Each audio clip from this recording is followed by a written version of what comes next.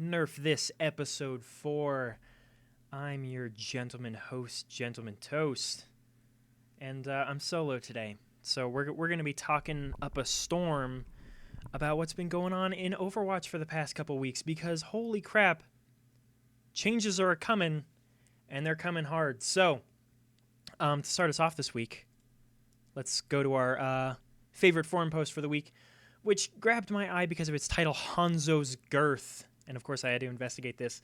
It generally talks about the width of Hanzo's ultimate, which I admittedly the other day did have a slight complaint about, because I wish the hitbox for Hanzo's ultimate was only on the dragons, because taking damage in the general vicinity of it is a little bit annoying. So I understand where the complaint's coming from. But the title, along with the response, which was, so the infinite length of his ultimate doesn't phase you, only its width, gave me a little bit of a chuckle. So I enjoyed that. But anyway, yes, so welcome. We're going to be going over balance changes to both Widowmaker and McCree in this past week. We've had about a week to see how things have gone over with them, so we'll talk about that. Lots of competitive news, actually, so that's going to be a big portion of today's segment. Today's show will probably go a little bit longer than usual because we got a lot of good stuff to talk about. And then on top of that, Jeff Kaplan's the man with a plan and has released kind of a general log or list of hopeful features that they hope to plan on implementing to Overwatch in the future, which is great transparency from him and the Overwatch team, and good stuff to look forward to. So, moving swiftly into things, let's take a look at the balance changes for the past week. And by the way, at any point, if anyone watching has anything to contribute, has any questions or anything along those lines, in fact, I'll add that to the title, then please feel free to do so, because I would love to communicate on that. Let me fix that real quick. There we go. That's fine. That's all we need. Anyway, not that I doubted that anyone would actually hesitate to ask questions if they had them. So let's look at my my main man, McCree. We knew it was coming. We knew it was going to happen, but we didn't know necessarily what the numbers on it were. So they decreased the damage of each bullet in Fan the Hammer from 70 to 45. They also reverted his previous change, the delay between his Fan the Hammer and reloading. And so that is no longer an aspect of his character. Their justification for it was McCree was performing too well against all targets, making him feel like a must-pick in many situations. By reducing the damage of his alternate fire, McCree is now significantly weaker against tanks like Roadhog and Reinhardt, but still maintains his lethality against smaller targets like Tracer and Genji. Now, as someone who, prior to this at least, considered them a huge McCree player, a huge fan of McCree, I have to say I'm upset with this nerf, but not for the reasons... I mean, yes, for the reasons that you might think, but I think there's a lot more nuances to it other than, oh, you can't play him with Fan the Hammer anymore. You actually have to aim. And I think it's a lot more complicated than that. And I think this nerf reveals a lot of the problems with McCree's character. So let's look at what this nerf actually did. It reduced his ability to fan, roll fan, and burst tanks. Completely justifiable, I think. That was definitely something that needed to be handled. While I don't necessarily like the idea of removing burst damage from Overwatch as a whole, his burst damage was perhaps a bit too good, and so removing it was appropriate. Although, on the other hand, now, because of the amount of damage that each bullet does and the rate at which the bullets are discharged during Fan the Hammer, and compounded with the fact that Fan the Hammer cannot headshot, it makes it so enemies, which previously were about a 50-50 shot, I think, depending on how well you played it, at being able to kill, like Reaper and Mei, are pretty much entirely unkillable by a Flash Fan combo. Or, to say the least, a lot of people are replacing Flash Fan with Flash Headshot, which I think is actually more reliable, but we'll talk about that in a few minutes.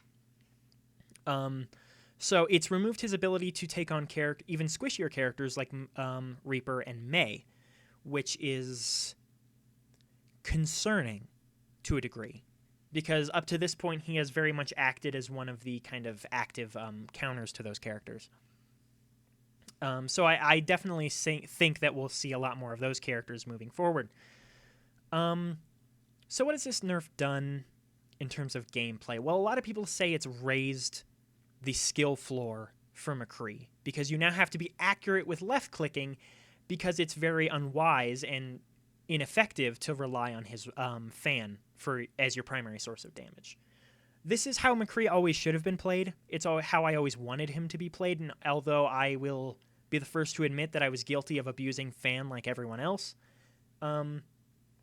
it's definitely a change in the right direction. It raised the skill floor significantly, but I think the glaring problem with this is the fact that it exposed how fundamentally boring of a character McCree is. Which pains me to say, because looking at him, he doesn't seem like he should be a boring character. And admittedly, if you're left-clicking well, you're headshotting, you're getting kills, he's not a boring character. But I think it's a little bit of a misnomer to say, oh, well, if you're doing well on a character, they're not boring to play. Because especially in Overwatch, a character should be fun to play regardless of whether or not you're winning or losing, or even if you're doing well. Characters like Lucio, who even if you're not doing particularly well, which is probably not the best example because it's hard not to at least serve your function as Lucio, still have this level of satisfaction to playing them. Symmetra or Torbjorn are designed as characters that are satisfying to play whether or not you're doing well at actually playing them, because they have this sort of support to their character structure that allows you to perform. And McCree, it exposes how, like other characters, or at least offensive characters, if you look at it, all offensive characters' kits are designed around their weapons, obviously. Unless I'm forgetting about someone deliberately. Genji might be an exception. Half the time it seems like Genji is actually more focused on his ability to deflect and dash through enemies than his actually ability to hit his shurikens, but his shurikens are still an important part of his kit. So, most people consider Fan not even worth using, and I think the root of that problem anymore after the nerf, and the root of that problem is basically because it's unreliable, aside from not doing very much damage. And not being able to headshot, and forcing you to reload after it. All of these are sort of detriments to its performance, but there's really no reason to fan anymore, which means that McCree's kit boils down to a very, let's say it for what it is, a shitty form of mobility, which is more designed around the fact that it reloads Peacekeeper than actually a form of mobility. A flashbang, which is admittedly one of the best hard CC in the game, and his gun, his left click. And that is a very basic kit. McCree has always had a basic kit, but it's extremely boring. Compared to a character like Tracer, who has a lot of different aspects to her character. She can rewind, she can blink. Obviously she's managing her guns, and that's about the entirety of her kit, but there's a lot of different ways to apply that. McCree is so limited in the scope that he can apply his kit that he's just boring. He's just boring, and you can do well with him. He's not unplayable in the same way that Zenyatta was perhaps not unplayable before the Widow nerf. But I have seen very little McCree. And the times that I've played him, I've considered them practice. I don't expect to win because I'm working on my left-click accuracy. And sometimes it works out, sometimes it doesn't. But I'm incredibly bummed. And obviously, I precedent this with this statement that his Fan the Hammer needed to be nerfed. Or it needed, but perhaps maybe not necessarily in this manner. And by God, I did math to try and figure out how to more effectively balance McCree, and I noticed what Blizzard probably figured out, which was there's not really an effective way of doing it. Because giving him much higher damage means that he can still kill tanks. There's this very, very critical line that they're working around which is not being able to kill tanks with 2 fans. So running the numbers, I basically, if their biggest concern was being able to kill tanks effectively, then I really think they should have taken a better look at armor and perhaps reevaluated how armor works. The detriment, for example, I ran some numbers with increasing the amount of damage. So for those that don't know, the way that armor works is any damage above 10 received by a character with armor is reduced by 10. And any damage above 10 is reduced by 5, excuse me. Any damage below 10, such as Tracer's bullets, which do 6 damage, is halved to avoid completely nullifying damage below, or low damage. Making armor extremely effective against things like Tracer or shotgun pellets or things like that. On the now I thought that a possible solution would be increasing the damage reduction of armor on abilities that do more than 10 damage to say 10. Doubling it from 5 to 10 might be a good way of increasing the durability of tanks against a character like McCree while making him relatively unaffected,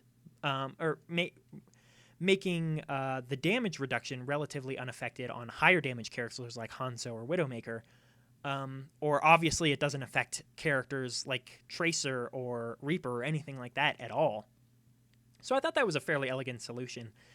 The only other issue you run into is it's possible that Soldier 76 might suffer a little bit too much because of that. And obviously that would be an buffing armor would be an inadvertent buff to Torbjorn, which is definitely what he doesn't need right now. So,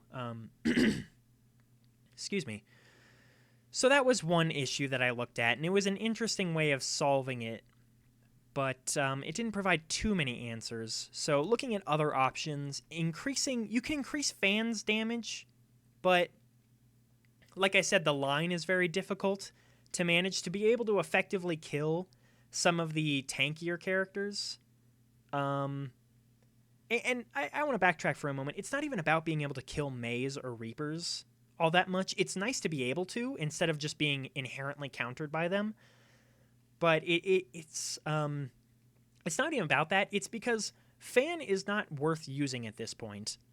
Because with the damage reduction, it's so unreliable that you can't put your faith in using it and expect to accomplish anything effectively with it. Previously, Fan was worth using not because you expected to do the damage of all 6 of its bullets landing, but because you expected to land 3 or 4 of the bullets, and those doing enough damage to kill the characters. But now, flashing, if you hit an enemy with a flashbang, for example, with 250 health, you need to land 5 bullets on them. If you don't hit them, you need to land all 6 bullets. And the fact is, Fan the Hammer is not reliable enough to put that sort of faith in that ability in order to be able to kill these characters. So in the short term, if McCree proves to be not played enough, or the nerf proves to be too much, I see it possible that they might tone down the detriments to Fan the Hammer a little bit. Notably, the spread on it could be tightened just a tad. It's not too wide, but it could be tightened a little bit. And from what I could tell, McCree's Fan the Hammer is the only ability, the only attack in the game, and I could be wrong. I could be forgetting something. But from my short observation, is the only attack in the game with traditional recoil, like you would have in a first-person shooter like Call of Duty, where it pushes your crosshair up the screen. And so I think a reduction to that as well could actually be good in working towards making Fan the Hammer more reliable. Alternatively, other than damage buffing to somewhere in between Fan the Hammer, Blizzard is very notorious for over-nerfing and then rebalancing that way. So it's quite possible that they might look into buffing his damage just a tad. Because I would really hate for Fan the Hammer to be considered an unusable part of his kit. But as it stands currently, he has this weird donut of viability around him, which makes him a good short mid-range character if you're extremely accurate. But the fact is, at mid to long range, Soldier's a better choice. I would even argue it like short mid range, Soldier might still be a better choice. Fan the Banhammer, exactly. And Reaper is really the choice for short range combat now. So McCree's in a very weird spot, and I would expect to see. But aside from a Fan the Hammer damage buff, they could consider revisiting the nerf to his damage drop off, because it does feel weird that McCree's so accurate and yet his damage drops off so soon. I find myself in a lot of situations wishing I had a little bit more damage, even in some situations where I'm shooting at someone that doesn't seem that far away, but I'm still losing damage because of it. So it's possible that when they added that nerf in beta, early beta, closed beta, they may have been misattributing McCree's lethality to his range rather than his Fan the Hammer. So it might be time to revisit that. Armor buff, which would obviously require a revisiting of Torbjorn, which may very well happen considering how good he is on consoles, but that's console balancing, not something I'm overly familiar with.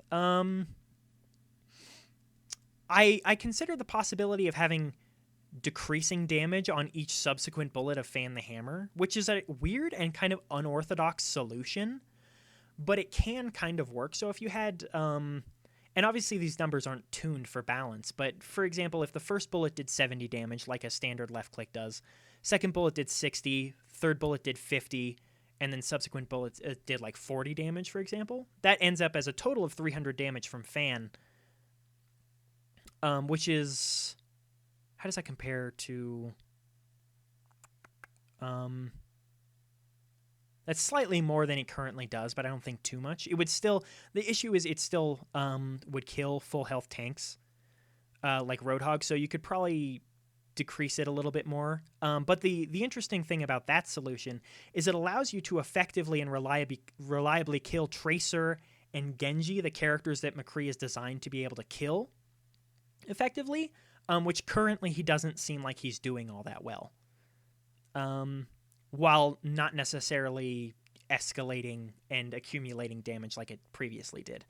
And then the last solution, which I really think is the best solution overall, would be to revert a good portion of McCree's damage. Not all of it. I still think 70 damage for each bullet on Fan the Hammer is quite a lot, but I think you could probably push it back up to 60 and then just add a 5-second cooldown to Fan.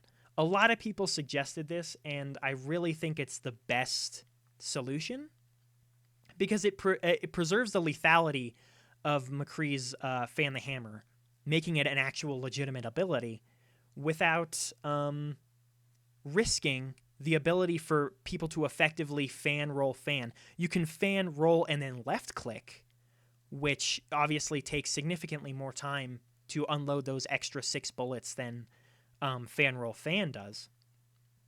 And I think it adds an interesting level of depth to his gameplay because you decide, okay, do I want to stun and then try and headshot them and then roll into the fan if I miss out on it, or do I want to fan originally and risk losing that? So I think I would love to see like a 5 or 6 second cooldown on Fan the Hammer with a significant damage rebuff or unnerf, and see how that works out. But hey, what do I know? That's just what I thought about over the past week. The other character that saw significant balance changes in one capacity or another was Widowmaker.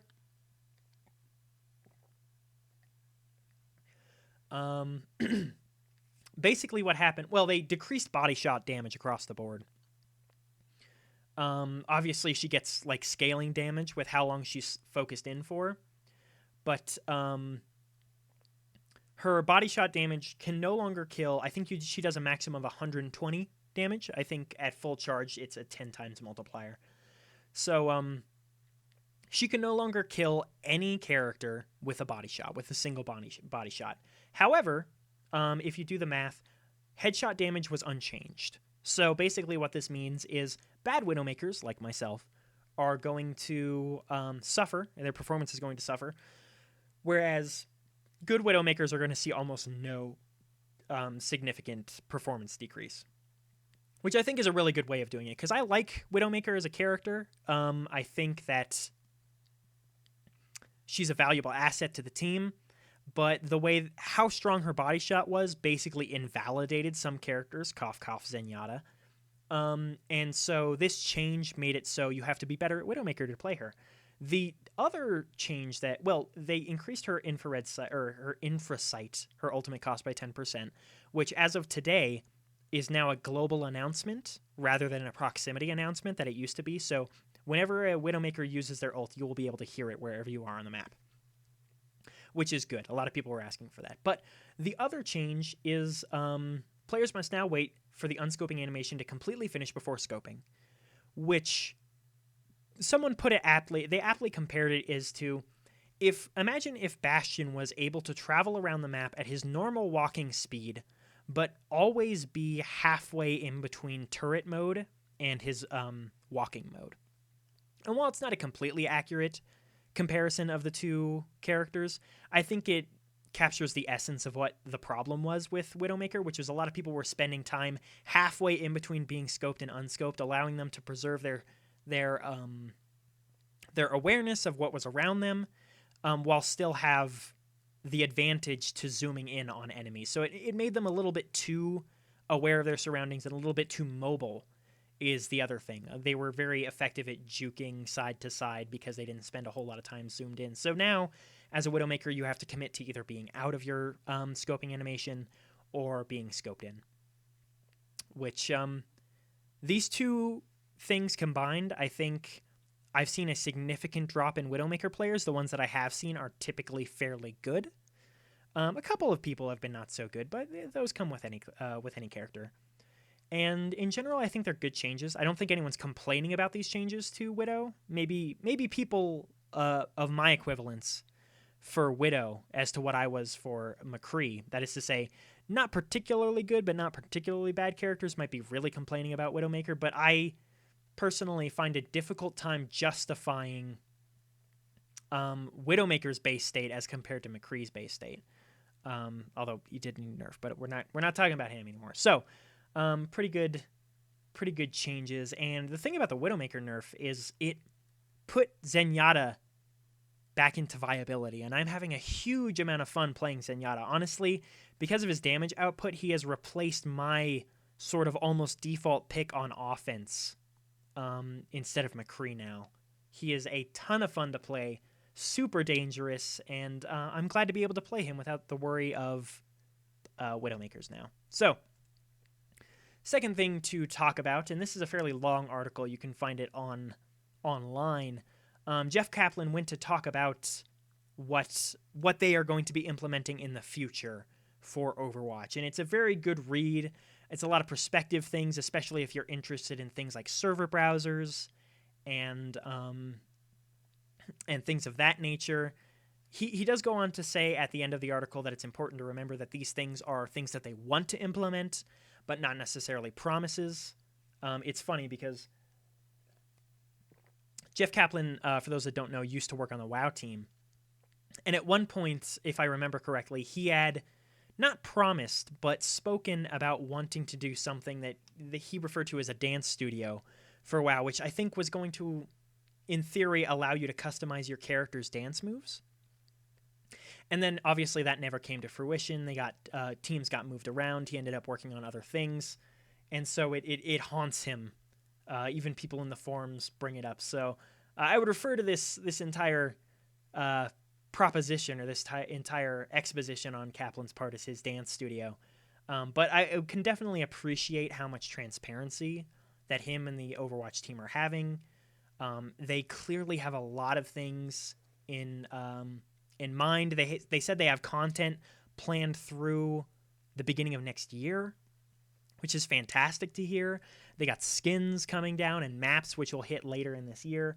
It's just fantastic to hear that not only are they really well organized and really well planned, but they're committed to continually updating the game and keeping it fresh. and it's fantastic to hear that from him. So I definitely encourage you to go and have a look at that, if not just to see kind of what they're interested in having in Overwatch in the future and what we might eventually receive as kind of select bonuses here and there. So that'll be nice. And then the third feature, which has gotten a lot of press today, and I've been trying to keep up as best I can, is competitive play. So these are screenshots from today, as posted. The American PTR client, there is now a Overwatch PTR client. The American PTR client went live, I think, 5 hours ago or something to that effect. I have yet to check it out. I've been doing other things, but I do know what I've read online, and these are screen caps from the Korean PTR client earlier this morning, showing our orientation. The first screenshot in the upper left is basically your intro screen to the competitive mode, or the ranked, if you could call it ranked mode for Overwatch. The left is your skill ranking, I believe is what they're calling it, SR, which you get put in after playing 10 placement matches. And from what I remember hearing, you need to be within 50 SR of your friends to play with them. On the topic of playing with friends in competitive mode, and I found this to be a really elegant solution to the way that you can still play with your friends but still have a fair matchmaking system. In games like League, at least back when I was familiar with them, you had a queue where everyone was by themselves, and then you had another queue where a couple people could be paired up. And I think it went straight to fives. They might have implemented more flexible grouping later down the line, but at one point it was very restricted on the number of friends that you could play with, which sucks, because you want to play with all of your friends, no matter how many there are. And so what I heard is if the other team has groups on them, let's say they're 2 groups of 3 or even 1 6-man, and you're a group of 6 solo players, if you lose, because they're obviously more coordinated than you are by nature of their position, you will lose less skill ranking than you would if you improved, or than if it had been a strict 6-on-6 solo queue match. The opposite is also true. If you win with a pub of 6 people against an organized group of 6, then you win more.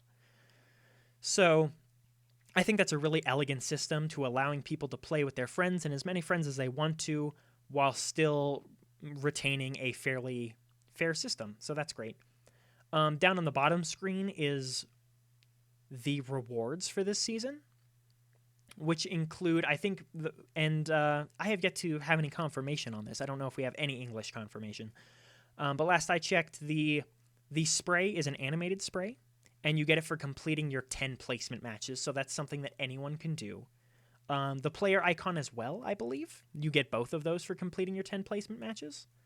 And then the icon on the right is what is being referred to as a competitive credit, I believe, or something to that effect.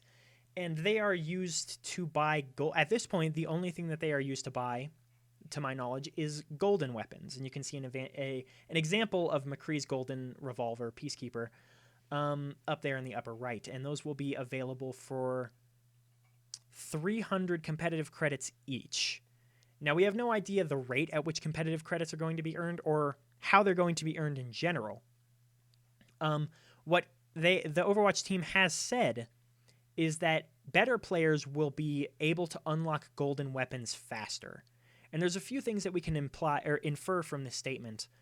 We can infer overall that golden weapons will be permanent. They will not just be like a seasonal thing. And they will be something that everyone will have access to, assuming you play competitive in some capacity or another. So the rumored, or it seems like the most logical way of doing this is, depending on your skill ranking at the end of the month, you earn a certain amount of competitive credits.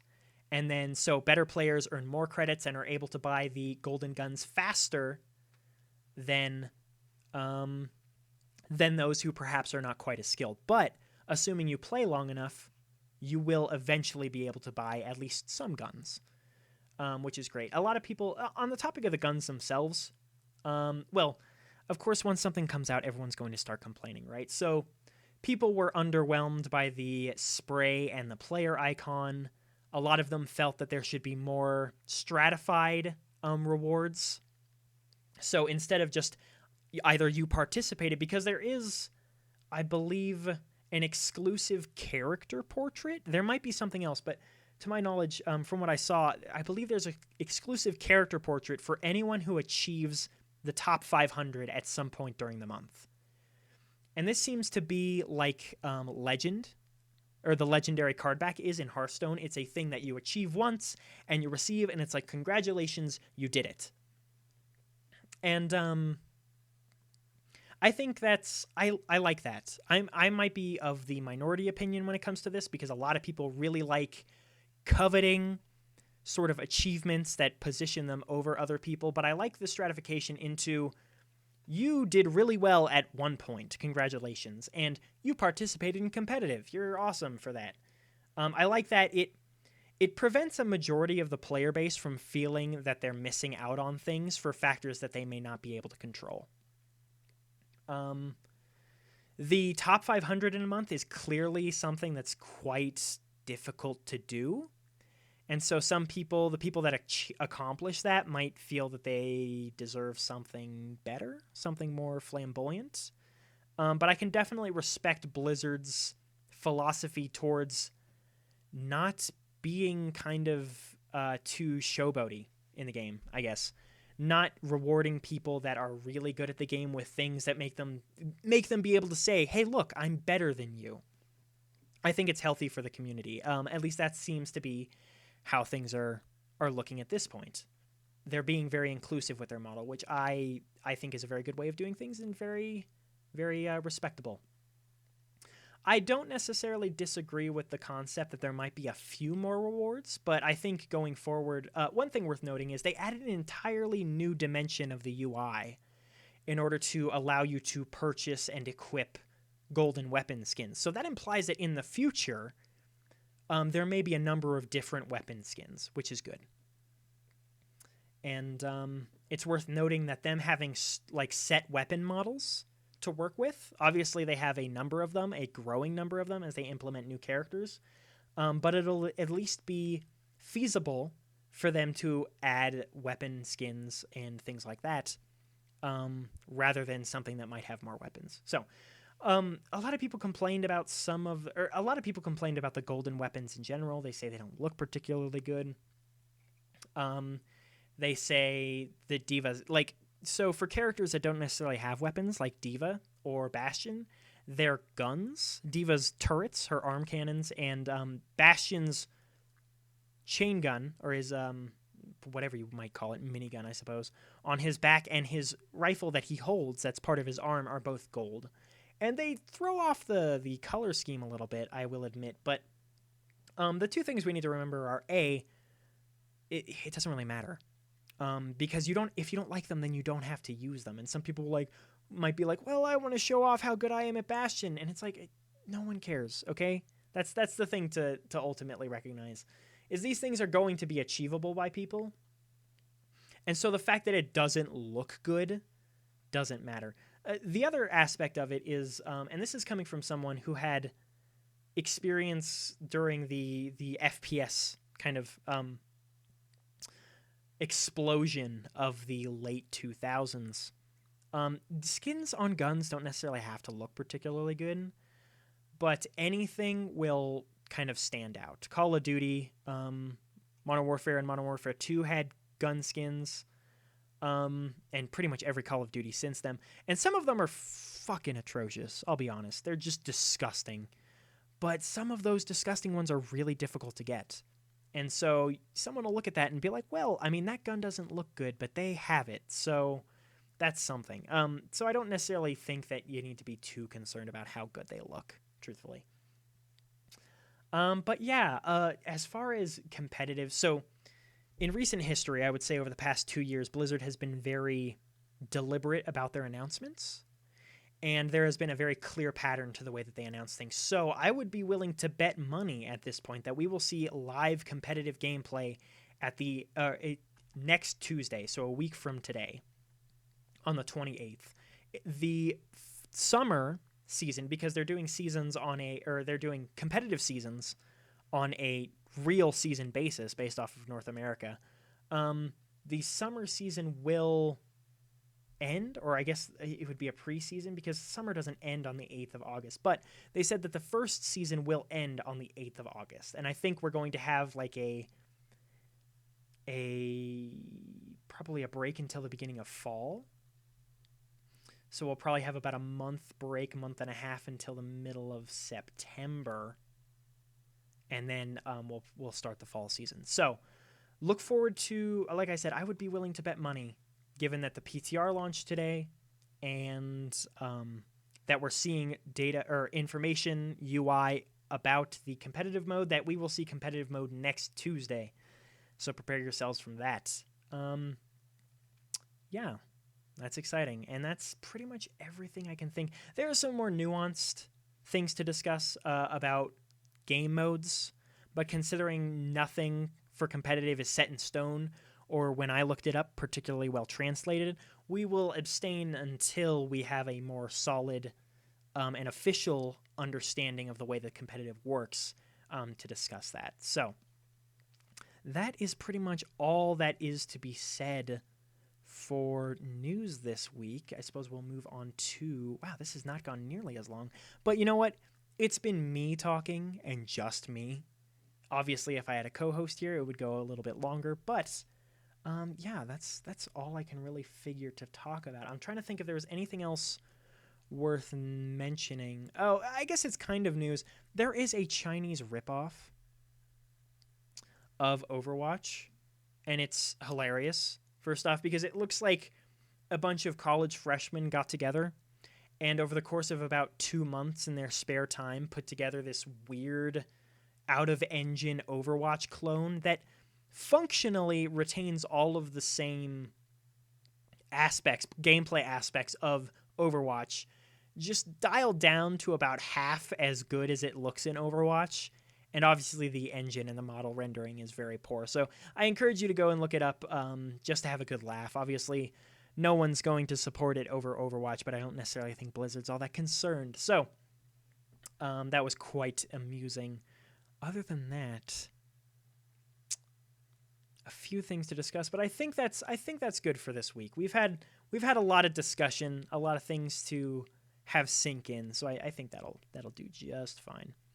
As far as fan art for this week, we have these two excellent portraits. I saved the Mercy one to have as a wallpaper, but I love the Diva one. There's a lot of good detail going on there, and I love the art style and the proportions, I guess. I don't know. I'm not an artist. It looks really good. Suffice it to say that. So I really like that.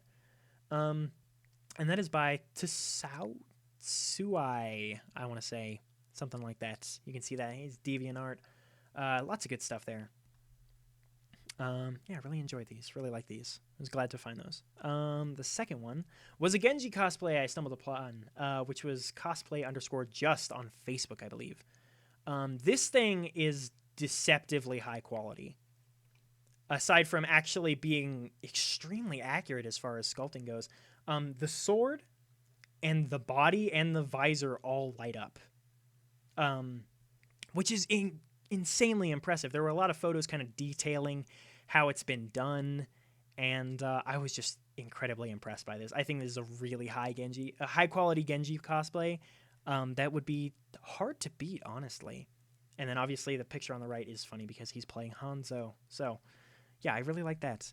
And then the last one for this week would be... I said who that was by. This is by Floral. I like these art styles. I don't want to use the word muddy because muddy misrepresents how good of art this is. But I like to see some May art and some Lucio art for once. And May in her firefighter outfit. But I like this. It's rough and raw in a very good way. It's got kind of harsh outlines to it and choppy, not smooth. line work. So I really like this. I like the style to it. Yeah, and it was nice to see Lucio in something, because honestly, I think Lucio might be one of the least represented fan art characters. I'm trying to think. Maybe Zenyatta is less represented. There's probably someone I'm leaving out that's like, hey guys, what about me? But yeah, that was fantastic. Anyway, thank you guys for joining me today. I've had fun talking about all of the recent changes, and I'll be interested to see what happens going forward with competitive play and all of that. I don't ever expect to be in the top 500, but a man can hope, can't he? Anyway, thank you guys for hanging out with me today, and I hope you enjoyed it. We will probably not have a podcast this weekend. We'll probably wait until next weekend, until after competitive is dropped, and we have some time to think about that. So, until then, stay classy, and I'll see you next time, guys. Bye-bye.